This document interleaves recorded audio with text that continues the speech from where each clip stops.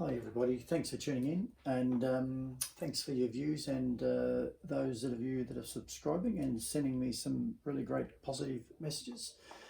Thanks for letting me be a part of your living room. Thanks again, guys. Today we're going to be looking at Surds, probably something you would look at in perhaps year 10 and possibly year 11. So what we've got here is we've got 3 take away square root of 5 divided by the square root of 6. On this other one we've got 2 divided by the square root of 6 plus 1 divided by the square root of 10. And we want to simplify it in its simplest form. So if we consider this first one, 3 take away square root of 5 over 6, first thing I would do is times the bottom by square root of 6 and the top by square root of 6, because as you know, what we do to the denominator we must do to the numerator. Okay, then we've got a scenario that looks we've got the square root of 6 in brackets. I'm just going to move this around to the other side. Square root of 6 in brackets 3 take away the square root of 5 divided by the square root of 6 times 6, which is 36. Okay, and that's equal to square root of 36 is just simply 6, because 6 times 6 is 36. So we've got if we expand this one, this top bracket, we've got 3 square root of 6 take away square root of 6 times the square root of 5. So 5 times 6 is 30, which is square root of 30 divided by 6. That's a 30 in there. That's a 30. Okay, so then we've got 3 square root of 6 take away square root of 30 divided by 6, and we can't simplify that anymore because we can't reduce 6 any further, and we can't reduce 30 any further as well. Okay, so that's it in its simplest form. This one over here, we've got 2 over square root of 6 plus 1 over the square root of 10. So what I like to do is I would multiply this by the square root of 6 and top by the square root of 6. This side I could do square root of 10 and the square root of 10 up there. So what we actually have is that 2 square root 6 divided by 6 by 6 is 36, so the square root of 36 plus 1 times the square root of 10 is just the square root of 10 divided by 10 times 10 is 100. So I'll just say the square root of 100. And remember, we're multiplying this side by the square root of 6, the square root of 6 divided by the square root of 6, which is essentially 1. So we're not actually changing this in any shape or form.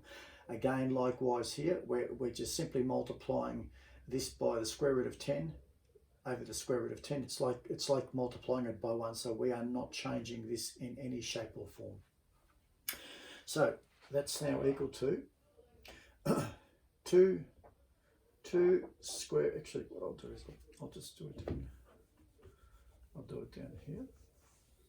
So which is equal to 2 square root of 6 divided by the square root of 36. 6 times 6 is 36, so the square root of 36 is 6 plus the square root of 10 divided by square root of 100 is 10. 10 times 10 is 100. So that becomes 10. Okay, then what we can now say in this scenario is we can cross multiply. Well, that's equal to, we can say cross multiply that, and then cross multiply here, so which is equal to, say, 10 times 2 root, actually what I'll do, sorry, I'll just pop that, I'll pop that here actually. Square root of, so 10 times 2 square root of 6, which is equal to, so 10 times 2 is 20 square root of 6, plus 6 times square root of 10, which is 6 square root of 10, divided by 10 times 6, which is 60. So we can now say how many 2's go into, 2 is common to 20, 60 and the 6, so how many 2's go into 20? We've got 10 square root of 6, plus how many 2's go into 6? We've got 3 square root 10, divided by how many 2's go into 60? And we've got 30. Okay, so what we've actually got is 10 square root 6 plus 3 square root 30, and that's the simplest version of simplifying this. And I just want to reiterate here, all we've done, I just want to go back one step here. All we've done here in this instance is cross multiply, and then cross multiply there. You could have done the same up here if you wanted to, but I just think it might have been a bit messier. It might have been just simpler doing it like this. Whichever way, you can cross multiply this way, cross multiply there, and then cross multiply this way. You could have done that from the beginning and worked your way down. Nonetheless, the way that we applied this rule here, we haven't changed this fraction in any shape or form, and likewise here we haven't changed anything by doing it this way.